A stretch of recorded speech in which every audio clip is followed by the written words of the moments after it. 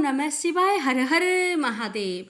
आप सभी भक्तों पर भोले बाबा और माँ पार्वती की कृपा सदा सर्वदा बनी रहे। आप सभी भक्तों को सावन की पहला सोमवार की हार्दिक शुभकामनाएं। भगवान आप सभी भक्तों की सभी मनोकामना को पूर्ण करे। भक्तों, आइए आज की कथा शुरू करते हैं। पहले सुनेंगे भगवान शंकर की कथा और फिर श्रवण करेंगे आज की शिव महापुराण की आगे की कथा। भक्तों, एक बार भगवान शंकर ने माता पार्वती के साथ धूत यानी जुआ खेलने की अभिलाषा प्रकट की। खेल में भगवान शंकर अपना सब कुछ हार गए। हारने के बाद भोलेनाथ अपनी लीला को रचते हुए पत्तों के वस्त्र पहनकर गंगा के तट पर चले गए। कार्तिकेय जी को जब सारी बात पता चली तो वह माता पार्वती से समस्त वस्तुएं वापस लेने आए। इस बार खेल में पार्वती हार गई तथा कार्तिकेय शंकर जी का सारा सामान लेकर वापस चले गए। अब इधर पार्वती भी चिंतित हो गई कि सारा सामान भी गया तथा पति भी दूर हो गए। पार्वती जी ने अपनी व्यथा अपने प्रिय पुत्र गणेश को बताई तो मात भक्त गणेश जी स्वयं खेल खेलने शंकर भगवान के पास पहुंचे। गणेश जी जीत गए तथा लौटकर अपनी जीत का समाचार माता को सुनाया। इस पर पार्वती बोली कि उन्हें अपने पिता को साथ लेकर आना चाहिए था। गणेश जी फिर भोलेनाथ की खोज करने निकल पड़े। भोलेनाथ से उनकी भेंट हरिद्वार में हुई। उस समय भोलेनाथ भगवान विष्णु व कार्तिकेय के साथ भ्रमण कर रहे थे। पार्वती से नाराज भोलेनाथ ने लौटने से मना कर दिया। भोलेनाथ के भक्त रावण ने गणेश जी के वाहन मूषक को बिल्ली का रूप धारण करके डरा दिया। मूषक गणेश जी को छोड़कर भाग गए। इधर भगवान विष्णु ने भोलेनाथ की इच्छा से पासा का रूप धारण कर लिया था। गणेश जी ने माता के उदास होने की बात भोलेनाथ को कह सुनाई। इस पर भोलेनाथ बोले कि हमने नया पासा बनवाया है। अगर तुम्हारी माता पुनः खेल खेलने को सहमत हो तो मैं वापस चल सकता हूँ। गणेश जी के अवशासन पर भोलेनाथ वापस पार्वती के पास पहुँचे तथा खेल खेलने को कहा। इस पर पार्वती हंस पड़ी। वह बोली, अभी पास क्या चीज है जिससे खेल खेला जाए। यह सुनकर भोलेनाथ चुप हो गए। इस पर नारद जी ने अपनी बीना आदि सामग्री उन्हें दी। इस खेल में भोलेनाथ हर बार जीतने लगे। एक दो पासे फेंकने के बाद गणेश जी भी समझ गए तथा उन्होंने भगवान विष्णु के पासा रूप धारण करने का रहस्य माता पार्वती से बता दिया। सारी बात सुनकर पार्वती जी को क्रोध आ गया। रावण ने माता को समझाने का प्रयास किया पर उनका क्रोध शांत नहीं हुआ तथा क्रोधवश उन्होंने भोलेनाथ को श्राप दे दिया कि गंगा की धारा का बोझ उनके सिर पर रहेगा। नारद जी को कभी एक स्थान पर न टिकने का अभिशाप मिला। भगवान विष्णु को श्राप दिया कि यही रावण तुम्हारा शत्रु होगा तथा रावण को श्राप दिया कि विष्णु ही तुम्हारा विनाश करेंगे। कार्तिकेय को भी माता पार्वती ने हमेशा बाल रूप में रहने का श्राप दे दिया। तो प्रेम से बोलिए हर हर महादेव। माता पार्वती की जय। शिव परिवार की जय। जय श्री गणेश। अब आइए भक्तों श्रवण करें श्री शिव महापुराण की आगे की कथा। ओम नमः शिवाय। इसलिए कथा को बड़े ही श्रद्धा और प्रसन्न मन से अवश्य सुनिएगा और भगवान के सामने अपनी मन की इच्छा अवश्य रखिएगा और इस पावन कथा को एक शिव भक्त के पास अवश्य शेयर कीजिएगा। हे भगवान, आपकी इस पावन कथा को जो भी भक्त श्रद्धा पूर्वक श्रवण करे और इस कथा को जो भी भक्त श्रद्धा पूर्वक एक शिव भक्त के पास शेयर करे, उस भक्त की सभी मनोकामना को पूर्ण करे। तो आइए प्यारे भक्तों, अब हम अपने जीवन की और अपने परिवार की मंगल कामना को करते हुए इस पावन कथा का रसपान करते हैं। ओम नमः शिवाय। नंदीकेश्वर जी बोले, हे योगींद्र, प्राचीन काल में किसी समय से सैया भगवान विष्णु अपनी पराशक्ति लक्ष्मी जी तथा अन्य पार्षदों से घिरे हुए शयन कर रहे थे। उसी समय ब्रह्मा बेताओं में श्रेष्ठ ब्रह्मा जी ने अपनी इच्छा से वहां आकर उन परम सुंदर कमल नेत्र विष्णु जी से पूछा, तुम कौन हो जो मुझे आया देखकर भी उद्धत पुरुष के समान सो रहे हो? हे वत्स, उठो और यहाँ अपने प्रभु मुझे देखो, जो पुरुष अपने श्रेष्ठ गुरुजनों को आया देखकर उद्धत के समान आचरण करता है, उस मूर्ख गुरुद्रोही के लिए प्रायश्चित का विधान किया गया है।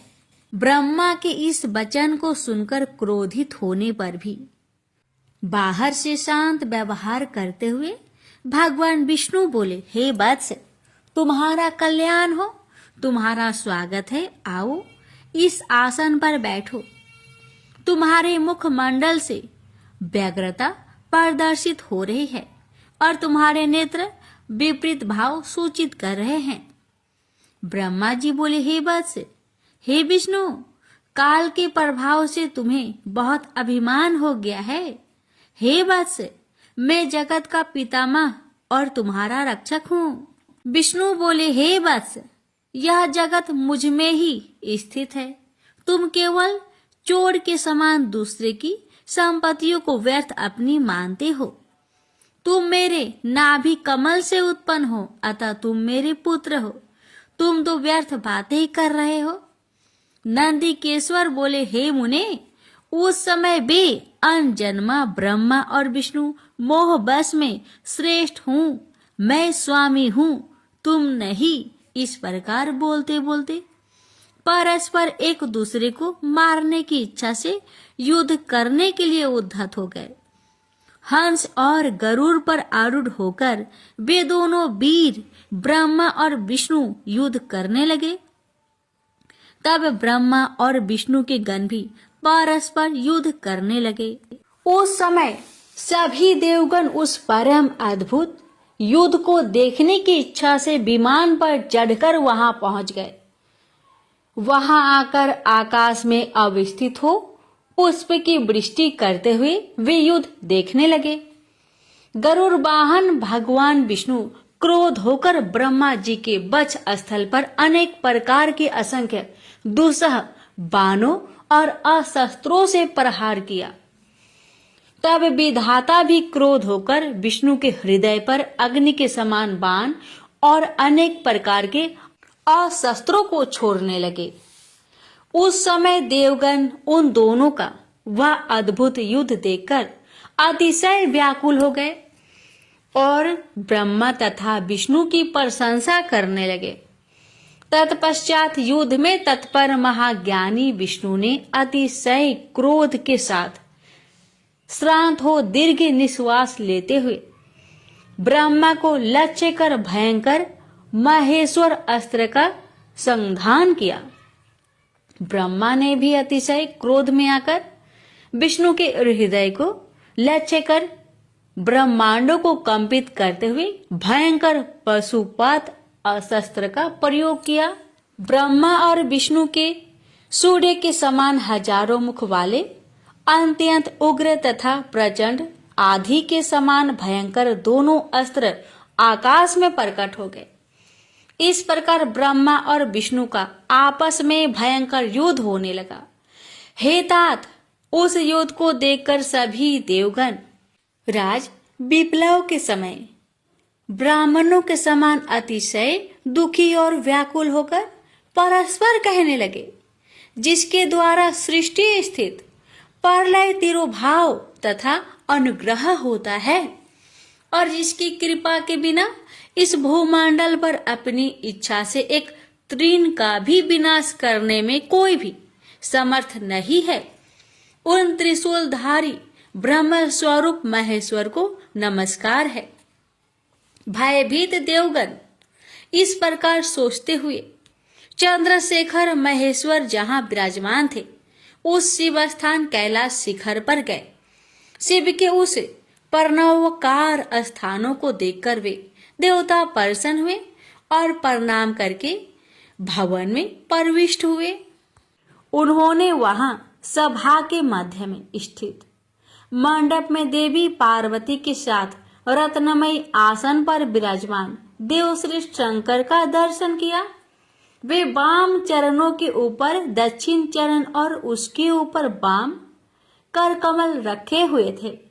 समस्त शुभ लक्षणों से संपन्न थे और चारों ओर शिवगण उनकी सेवा में तत्पर थे। शिव के प्रति उत्तम भक्ति भाव वाली कुशल रमणियां उन पर चवल डुला रही थी। वेद निरंतर उनकी स्तुति कर रहे थे और वे अनुग्रह की दृष्टि से सबको देख रहे थे। हे वत्सल, उन महेश्वर शिव को देखकर आनंदाश्रु से परिपूर्ण नेत्रों वाले देवताओं ने दूर से ही उन्हें दंडवत प्रणाम किया। भगवान शंकर ने उन देवताओं को देखकर अपने गणों से उन्हें समीप बुलवाया और देव शिरोमणि महादेव उन देवताओं को आनंदित करते हुए अर्थ गंभीर मंगलमय तथा सुमधुर वचन कहने लगे। शिव जी बोले, हे पुत्रों, आपकी कुशल तो है। मेरे अनुशासन में जगत तथा देवश्रेष्ठ अपने अपने कार्यों में लगे तो हैं। हे देवताओं, ब्रह्मा और विष्णु के बीच होने वाले युद्ध का वृत्तांत तो मुझे पहले से ही ज्ञात था। आप लोगों ने यहाँ आने का परिश्रम करके उसे पुनः बताया है। हे सनत कुमार, उमापति शंकर ने इस प्रकार मुस्कुराते हुए मधुर वाणी में उन देवताओं को संतुष्ट किया। इसके बाद महादेव जी ने ब्रह्मा और विष्णु की युद्ध स्थली में जाने के लिए अपने सैकड़ों गणों को वहीं सभा में आज्ञा दी। तब महादेव जी के प्रयाण के लिए अनेक प्रकार के बाजे बजने लगे और उनके गणाध्यक्ष भी अनेक प्रकार से सज धज कर वाहनों पर सवार होकर जाने के लिए तैयार हो गए। भगवान उमापति 5 मंडलों से सुशोभित आगे से पीछे तक प्रणव ओम की आकृति वाले सुंदर रथ पर आरूढ़ हो गए।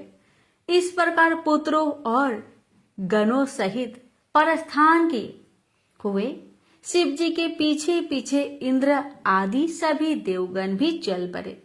विचित्र ध्वजाएं, पंखे, च्यवर, पुष्प वृष्टि, संगीत, नृत्य और बाधों से सम्मानित पशुपति भगवान शिव भगवती उमा के साथ सेना सहित उन दोनों ब्रह्मा और विष्णु की युद्ध भूमि में आ पहुंचे।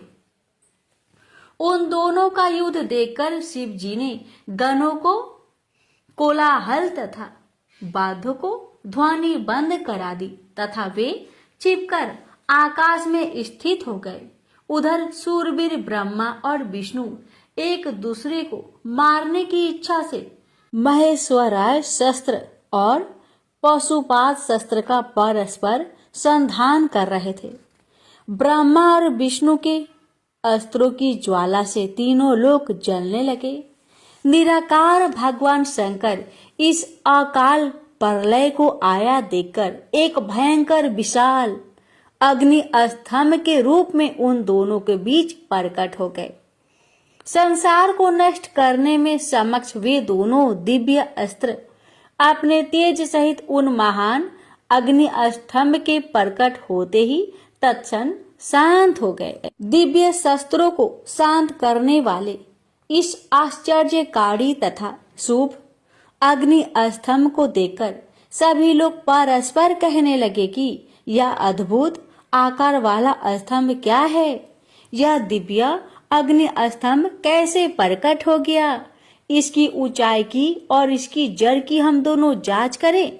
ऐसा एक साथ निश्चय करके वे दोनों अभिमानी वीर उसकी परीक्षा करने को तत्पर हो गए और शीघ्रता पूर्वक चल पड़े। हम दोनों के साथ रहने से यह कार्य संपन्न नहीं होगा, ऐसा कहकर विष्णु ने शुकर का रूप धारण किया और उसकी जड़ की खोज में चले। उसी प्रकार ब्रह्मा भी हंस का रूप धारण करके उसका अंत खोजने के लिए चल पड़े। पाताल लोकों को खोदकर बहुत दूर तक जाने पर भी विष्णु को उस अग्नि के समान तेजस्वी स्तंभ का आधार नहीं दिखा। तब थक हार कर शुक्राकृति विष्णु रणभूमि में वापस आ गए। हे तात, आकाश मार्ग से जाते हुए आपके पिता ब्रह्मा जी ने मार्ग में अद्भुत केतकी केवरे के पुष्प को गिरते देखा। अनेक वर्षों से गिरते रहने पर भी वह ताजा और अति सुगंध युक्त था। ब्रह्मा और विष्णु के इस विग्रह पूर्ण कृत्य को देखकर भगवान परमेश्वर हंस पड़े, जिससे कंपन के कारण उसका मस्तक हिला और वह श्रेष्ठ केतकी पुष्प उन दोनों के ऊपर कृपा करने के लिए गिरा। ब्रह्मा जी ने उससे पूछा, हे पुष्पराज, तुम्हें किसने धारण कर रखा था और तुम क्यों गिर रहे हो? केतकी ने उत्तर दिया, इस पुरातन और अप्रेममय स्तंभ के बीच में से बहुत समय से गिर रहा हूँ, फिर भी इसके आदि को नहीं देख सका। अतः आप भी इस स्तंभ का अंत देखने की आशा छोड़ दे। ब्रह्मा जी ने कहा, मैं तो हंस का रूप लेकर इसका अंत देखने के लिए यहाँ आया हूँ। अब हे मित्र, मेरा एक अभिलषित काम तुम्हें करना पड़ेगा। विष्णु के पास मेरे साथ चलकर तुम्हें इतना कहना है कि ब्रह्मा ने इस स्तंभ का अंत देख लिया है। हे अच्युत, मैं इस बात का साक्षी हूँ। केतकी से ऐसा कहकर ब्रह्मा ने उसे बार बार प्रणाम किया और कहा कि आपातकाल में तो मिथ्या भाषण भी प्रशस्त माना गया है, यह शास्त्र की आज्ञा है। वहां अति परिश्रम से थके और स्तंभ का अंत न मिलने से उदास विष्णु को देखकर ब्रह्मा प्रसन्नता से नाच उठे और चढ़ नपुंसक के समान पूर्ण बातें बनाकर अच्युत विष्णु से इस प्रकार कहने लगे, हे हरे, मैंने इस स्तंभ का अग्रभाग देख लिया है। इसका साक्षी यह केतकी पुष्प है। तब उस केतकी ने भी झूठी विष्णु के समक्ष कह दिया कि ब्रह्मा की बात यथार्थ है। विष्णु ने उस बात को सत्य मानकर ब्रह्मा को स्वयं प्रणाम किया और उनका षोडशोपचार पूजन किया। उसी समय कपटी ब्रह्मा को दंडित करने के लिए उस प्रज्वलित स्तंभ लिंग से महेश्वर प्रकट हो गए।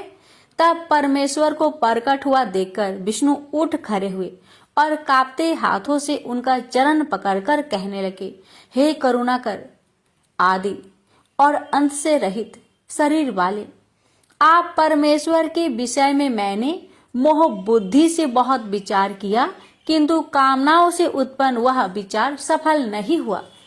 अतः आप हम पर प्रसन्न हो, हमारे पापों को नष्ट करें और हमें क्षमा करें। यह सब आपकी लीला से हुआ है। ईश्वर बोले, हे वत्स, मैं तुम पर प्रसन्न हूँ, क्योंकि श्रेष्ठता की कामना होने पर भी तुमने सत्य वचन का पालन किया। इसलिए लोगों में तुम मेरे समान ही प्रतिष्ठा और सत्कार प्राप्त करोगे। हे हरे, अब से आपकी पृथक मूर्ति बनाकर पुण्य क्षेत्रों में प्रतिष्ठित की जाएगी और उसका उत्सव पूर्वक पूजन होगा। इस प्रकार परमेश्वर ने विष्णु की सत्य निष्ठा से प्रसन्न होकर देवताओं के सामने उन्हें अपनी समानता प्रदान की थी। नंदीकेश्वर बोले, तदुपरांत महादेव शिव जी ने ब्रह्मा के गर्व को मिटाने की इच्छा से अपनी भ्रुकुटी के मध्य से भैरव नामक एक अद्भुत पुरुष को उत्पन्न किया। उस भैरव ने रणभूमि में अपने स्वामी शिव जी को प्रणाम करके पूछा कि हे प्रभु, आप शीघ्र आज्ञा दे, मैं आपका कौन सा कार्य करूं? शिव जी बोले, हे वत्स, ये तो ब्रह्मा है, वे इस सृष्टि के आदि देवता है। तुम वेग पूर्वक तीक्ष्ण तलवार से इनकी पूजा करो, अर्थात इनका वध कर दो। तब भैरव एक हाथ से ब्रह्मा के केस पकड़कर असत्य भाषण करने वाले उनके उद्धत पांचवें सिर को काटकर हाथों में तलवार भाजते हुए उन्हें मार डालने के लिए उद्धत हुए। हे सनत कुमार, तब आपके पिता अपने आभूषण वस्त्र माला उत्तरीय एक निर्बल बालकों के बिखर जाने से आंधी में झकझोर हुए केले के पेड़ और लता गुल्मों के समान कंपित होकर भैरव के चरण कमलों पर गिर पड़े। हे तात, तब ब्रह्मा की रक्षा करने की इच्छा से कृपालु विष्णु ने मेरे स्वामी भगवान शंकर के चरण कमलों को अपने अश्रु जल से भिगोते हुए हाथ जोड़कर इस प्रकार प्रार्थना की कि जैसे एक छोटा बालक अपने पिता के प्रति टूटी फूटी वाणी में करता है। अच्युत बोले, हे ईश्वर, आपने ही पहले कृपा पूर्वक इस ब्रह्मा को पंचानन रूप प्रदान किया था, इसलिए ये आपके अनुग्रह करने योग्य है। इसका अपराध क्षमा करें और इन पर प्रसन्न हो। भगवान अच्युत के द्वारा इस प्रकार प्रार्थना किए जाने पर शिवजी ने प्रसन्न होकर देवताओं के सामने ही ब्राह्मण को दंडित करने से भैरव को रोक दिया। शिवजी ने एक सिर से विहीन कपटी ब्रह्मा से कहा, हे ब्राह्मण, तुम श्रेष्ठता पाने के चक्कर में छठे सत्व को प्राप्त हो गए हो, इसलिए संसार में तुम्हारा सत्कार नहीं होगा और तुम्हारे मंदिर तथा पूजन उत्सव आदि नहीं होंगे। ब्रह्मा जी बोले, हे महाविभूति संपन्न स्वामिन, आप मुझ पर प्रसन्न होइए। मैं आपकी कृपा से अपने सिर के काटने को भी आज श्रेष्ठ समझता हूँ। विश्व के कारण विश्व बंधु, दोषों को सह लेने वाला और पर्वत के समान कठोर धनुष धारण करने वाले आप भगवान शिव को नमस्कार है। ईश्वर बोले, हे वत्स, अनुशासन का भय नहीं रहने से यह सारा संसार नष्ट हो जाएगा। अतः तुम दंडनीयों को दंड दो और इस संसार की व्यवस्था चलाओ। तुम्हें एक परम दुर्लभ वर भी देता हूँ, जिसे ग्रहण करो। अग्निहोत्र आदि वैतानिक और गृह योगों में आप ही श्रेष्ठ रहोगे और वांग पूर्ण और पुष्पकल दक्षिणा वाला यज्ञ भी आपके बिना निष्फल होगा। तब भगवान शिव ने झूठी गवाही देने वाले कपटी केतक पुष्प से कहा, अरे सठ केतक, तुम दुष्ट हो, यहाँ से दूर चले जाओ। मेरी पूजा में उपस्थित तुम्हारा फल मुझे प्रिय नहीं होगा। शिव जी द्वारा इस प्रकार कहते ही सभी देवताओं ने केतकी को उनके पास से हटाकर अन्यत्र भेज दिया।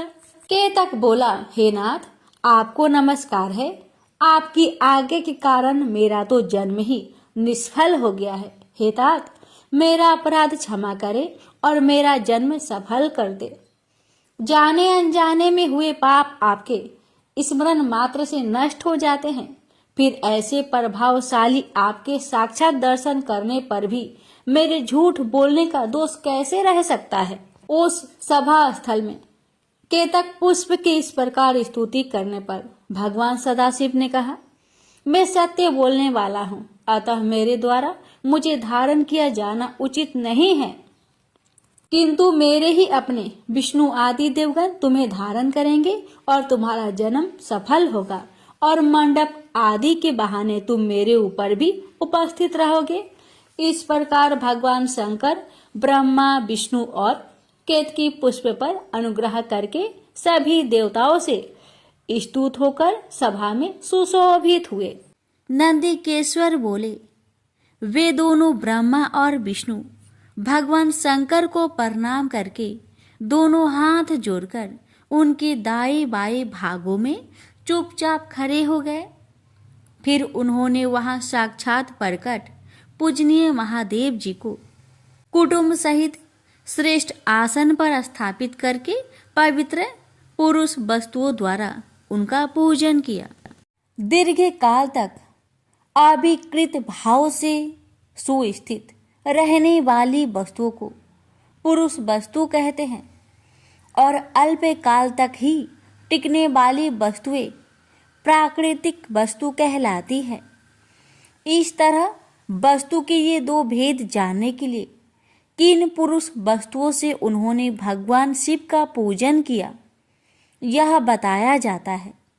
हार, नूपुर, केयूर, किरीट, मणिमयी कुंडल, यज्ञोपवीत, उत्तरीय वस्त्र, पुष्पे, माला, रेशमी वस्त्र, हार, मुद्रिका यानी अंगूठी, पुष्प, तांबुल, कपूर, चंदन एवं अगुरु का अनुलेप, धूप, दीप, स्वच्छत्र, व्यंजन, ध्वजा, चावर तथा अन्यायी दिव्य उपहारों द्वारा उन दोनों ने अपने स्वामी महेश्वर का पूजन किया, जिन महेश्वर का वैभव वाणी और उनकी मन की पहुंच से परे था, जो केवल पशुपति परमात्मा के ही योग थे और जिन्हें पशु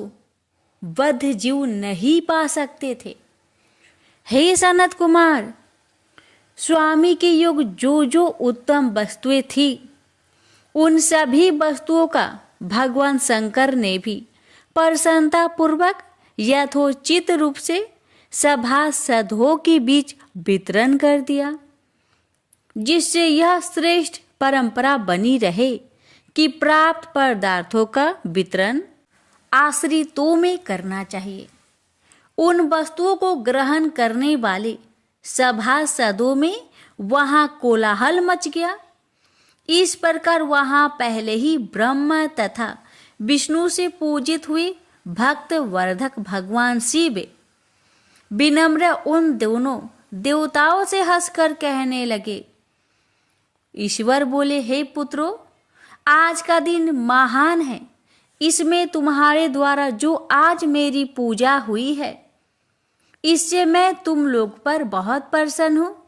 इसी कारण यह दिन परम पवित्र और महान से महान होगा। आज की यह तिथि शिवरात्रि के नाम से विख्यात होकर मेरे लिए परम प्रिय होगी। इस समय जो मेरे लिंग, निष्कल अंग, आकृति से रहित निराकार स्वरूप के प्रतीक और बैर सकल साकार रूप के प्रतीक विग्रह की पूजा करेगा, वह पुरुष जगत की सृष्टि और पालन आदि कार्य भी कर सकता है। जो शिवरात्रि को दिन रात निराहार एवं जितेंद्रिय रहकर अपनी शक्ति के अनुसार निष्कपट भाव से मेरी यथोचित पूजा करेगा, उसको मिलने वाले फल का वर्णन सुनो।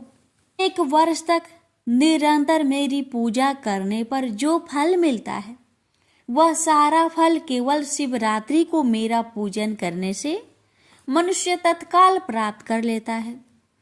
जैसे पूर्ण चंद्रमा का उदय समुद्र की वृद्धि का अवसर है, उसी प्रकार यह शिवरात्रि तिथि मेरे धर्म की वृद्धि का समय है। इस तिथि में मेरी स्थापना आदि का मंगलमय उत्सव होना चाहिए। हे वत्सो, पहले मैं जब ज्योतिर्मयी स्तंभ रूप से प्रकट हुआ था, उस समय मार्गशीर्ष मास में आर्द्रा नक्षत्र था। अतः जो पुरुष मार्गशीर्ष मास में आर्द्रा नक्षत्र होने पर मुझे उमापति का दर्शन करता है अथवा मेरी मूर्ति या लिंग की ही झांकी का दर्शन करता है, वह मेरे लिए कार्तिकेय से भी अधिक प्रिय है। उस शुभ दिन मेरे दर्शन मात्र से पूरा फल प्राप्त होता है। यदि दर्शन के साथ साथ मेरा पूजन भी किया जाए तो उसका अधिक फल प्राप्त होता है, जिसका वाणी द्वारा वर्णन नहीं हो सकता।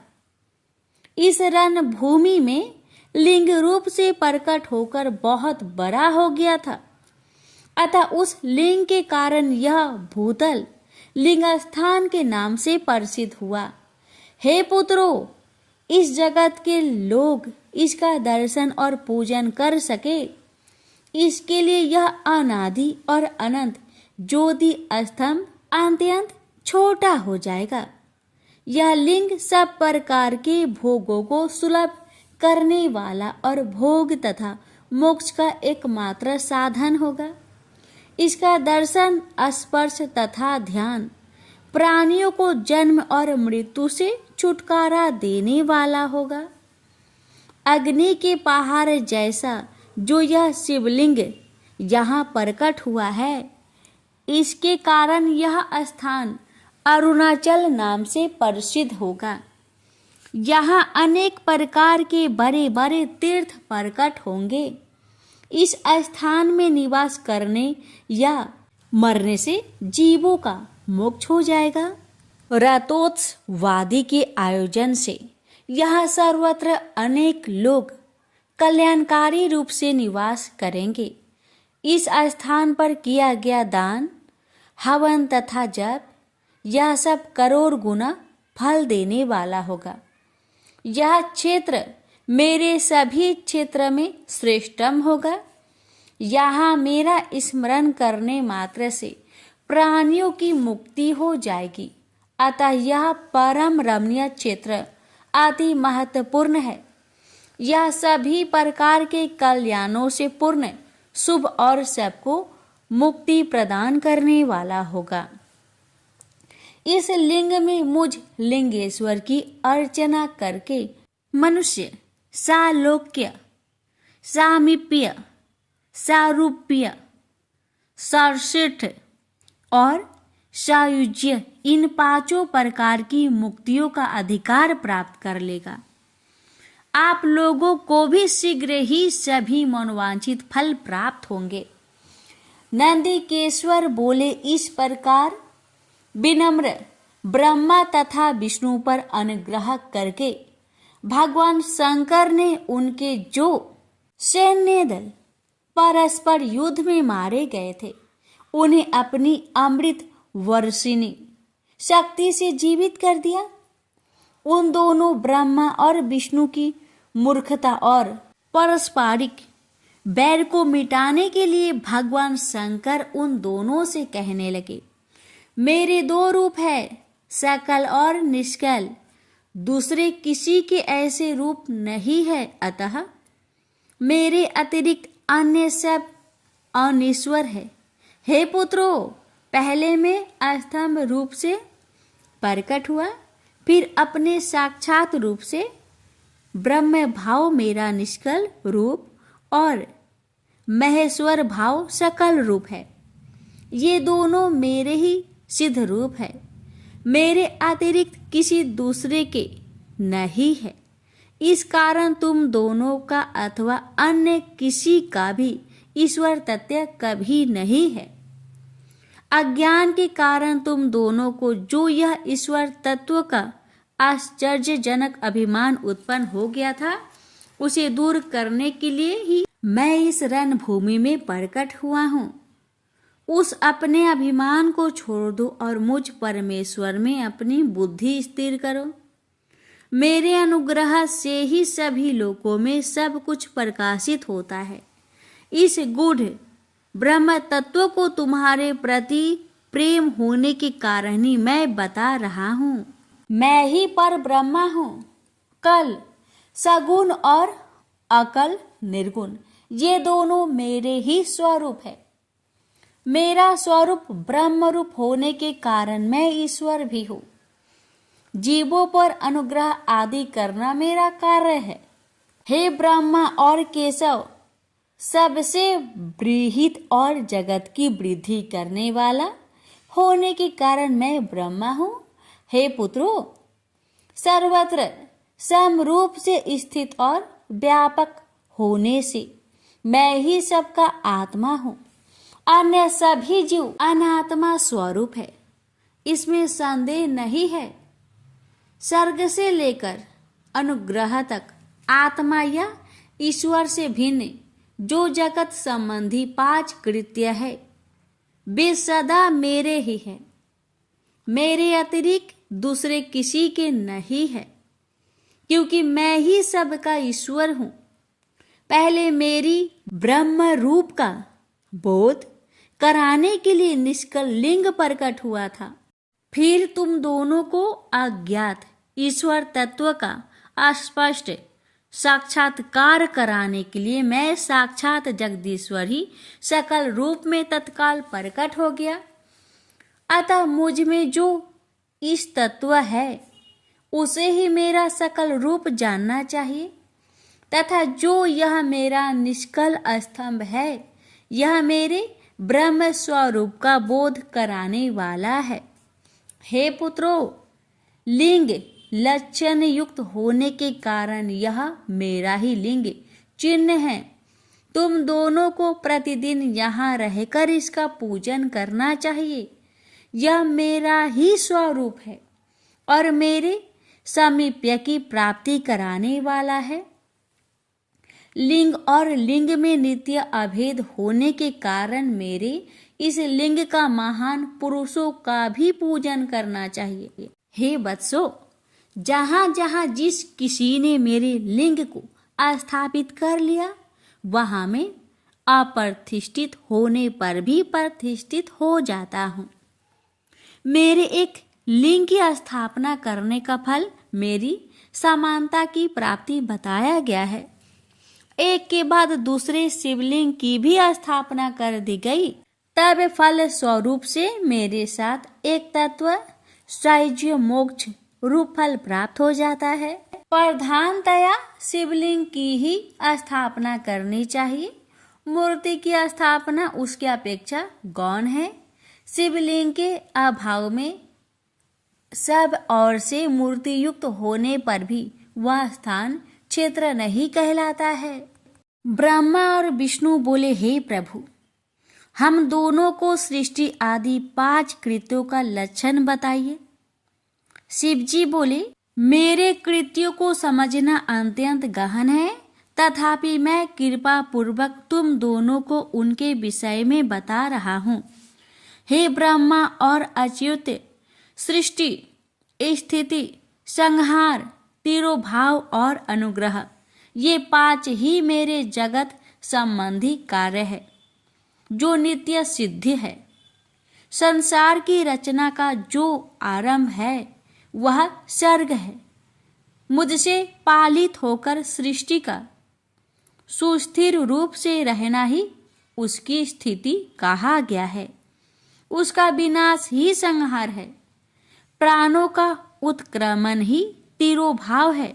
इन सब से छुटकारा मिल जाना ही मेरा अनुग्रह है। इस प्रकार मेरे 5 कृत्य है। इन मेरे कर्तव्यों को चुपचाप अन्य पंचभूत आदि वहन करते रहते हैं।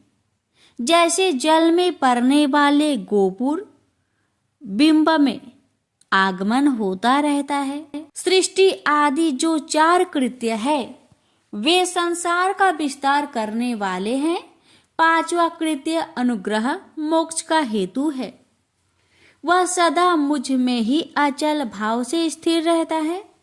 मेरे भक्तजन इन 5 कृत्यों को 5 भूतों में देखते हैं। सृष्टि भूतल में, स्थिति जल में, संहार अग्नि में, तिरोभाव वायु में और अनुग्रह आकाश में स्थित है। पृथ्वी से सबकी सृष्टि होती है, जल से सबकी वृद्धि होती है, आग सबको जला देती है, वायु सबको एक स्थान से दूसरे स्थान को ले जाती है और आकाश सबको अनुग्रहित करता है। यह विद्वान पुरुषों का जानना चाहिए। इन 5 कृत्यों का भार वहन करने के लिए ही मेरे 5 मुख है। 4 दिशाओं में 4 मुख है और इनके बीच में 5वां मुख है। हे पुत्रों, तुम दोनों ने तपस्या करके प्रसन्न हुए मुझ परमेश्वर से भाग्यवश सृष्टि और स्थिति नामक 2 कृत्य प्राप्त किए हैं। ये दोनों तुम्हें बहुत प्रिय है।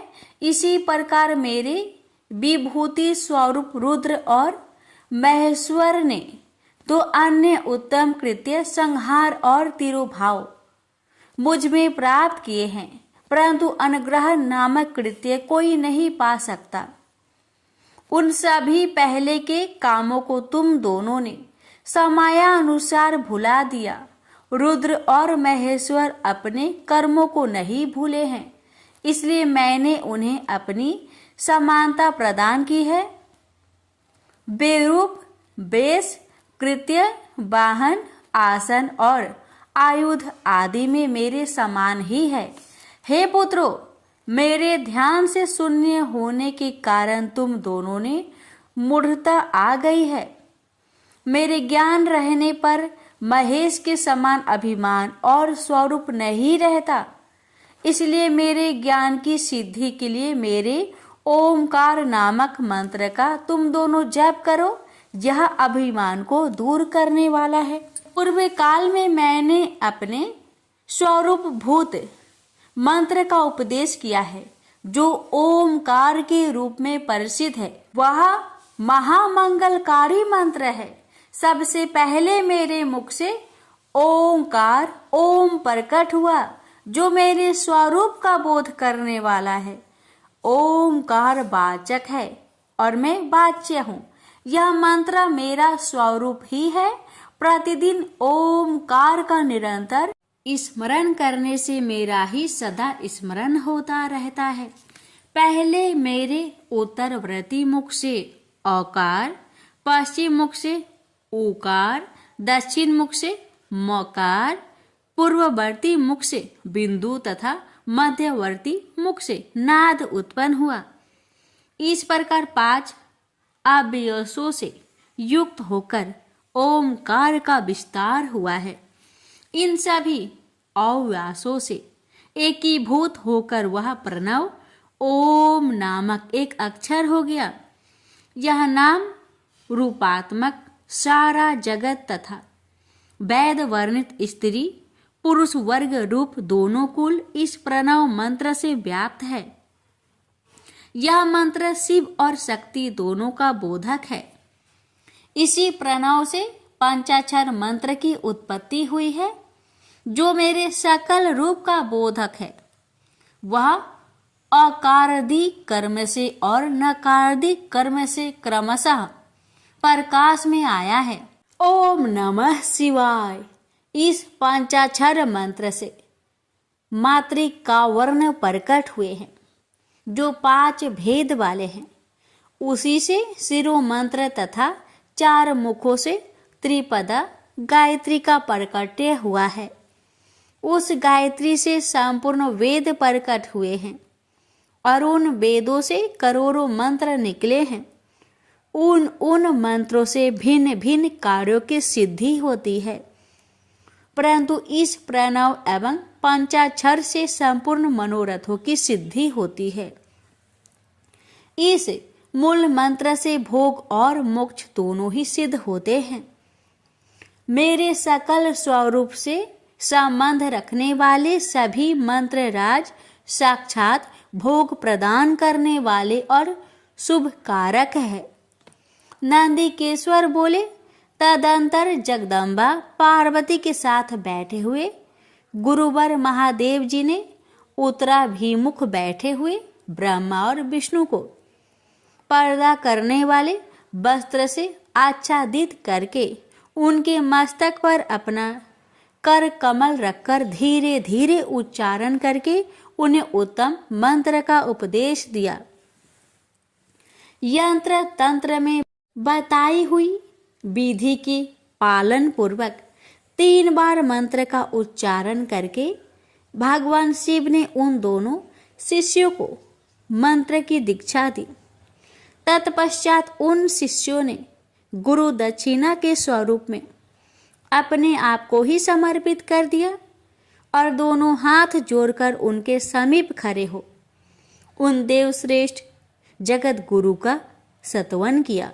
ब्रह्मा और विष्णु बोले, हे प्रभु, आप निष्कल रूप है, आपको नमस्कार है। आप निष्कल तेज से प्रकाशित होते हैं, आपको नमस्कार है। आप सबके स्वामी हैं, आपको नमस्कार है। आप सर्वात्मा को नमस्कार है, अथवा सकल स्वरूप आप महेश्वर को नमस्कार है। आप प्रणव के वाच्यार्थ है, आपको नमस्कार है। आप प्रणव लिंग वाले हैं, आपको नमस्कार है। सृष्टि पालन संहार तिरोभाव और अनुग्रह करने वाले, आपको नमस्कार है। आपके 5 मुख है, आपको नमस्कार है। पंच ब्रह्म स्वरूप 5 कृत्य वाले, आपको नमस्कार है। आप सबके आत्मा है, ब्रह्म है। आपके गुण और आपकी शक्तियां अनंत है, आपको नमस्कार है। आपके सकल और निष्कल 2 रूप है। आप सतगुरु एवं शंभु है, आपको नमस्कार है। इन पदों द्वारा आपने गुरु महेश्वर की स्तुति करके ब्रह्मा और विष्णु ने आपके चरणों में प्रणाम किया। ईश्वर बोले, हे वत्सो, मैंने तुम दोनों से सारा तत्व कहा और दिखा दिया। तुम दोनों देवी के द्वारा उपदिष्ट प्रणव ओम, जो मेरा ही स्वरूप है, का निरंतर जप करो। इसके जप से ज्ञान, स्थिर भाग्य, सब कुछ सदा के लिए प्राप्त हो जाता है। आद्रा नक्षत्र युक्त चतुर्दशी को प्रणव का जप किया जाए तो वह अक्षय फल देने वाला होता है। सूर्य की संक्रांति से युक्त महा आद्रा नक्षत्र में एक बार किया हुआ प्रणव जप कोटि गुने जप का फल देता है। मृगशिरा नक्षत्र का अंतिम भाग तथा पुनर्वसु का आदि भाग पूजा, होम और तर्पण आदि के लिए सदा आद्रा के समान ही होता है। यह जानना चाहिए, मेरा या मेरे लिंग का दर्शन प्रभात काल में ही प्रातः तथा संगव मध्याह्न के पूर्व काल में करना चाहिए।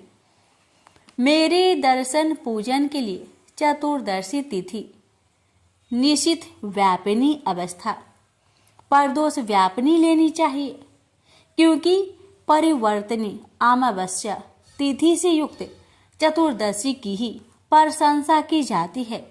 पूजा करने वाले के लिए मेरी मूर्ति तथा लिंग दोनों समान हैं। फिर भी मूर्ति की अपेक्षा लिंग का स्थान श्रेष्ठ है। इसलिए मुमुक्षु पुरुषों को चाहिए कि वे बेर मूर्ति से भी श्रेष्ठ समझकर लिंग का ही पूजन करें। लिंग का ओमकार मंत्र से और वैर का पंचाक्षर मंत्र से पूजन करना चाहिए। शिवलिंग की स्वयं ही स्थापना करके अथवा दूसरे से भी स्थापना करवाकर उत्तम द्रवमयी उपचारों से पूजा करनी चाहिए। इसमें मेरा पद सुलभ हो जाता है। इस प्रकार उन दोनों शिष्यों को उपदेश देकर भगवान शिव वहीं अंतर्ध्यान हो गए। प्रेम से बोलिए हर हर महादेव। प्यारे भक्तों, श्री शिव महापुराण की कथा का समापन यहीं पर करते हैं और इसकी आगे की कथा कल के वीडियो में अवश्य सुनिएगा।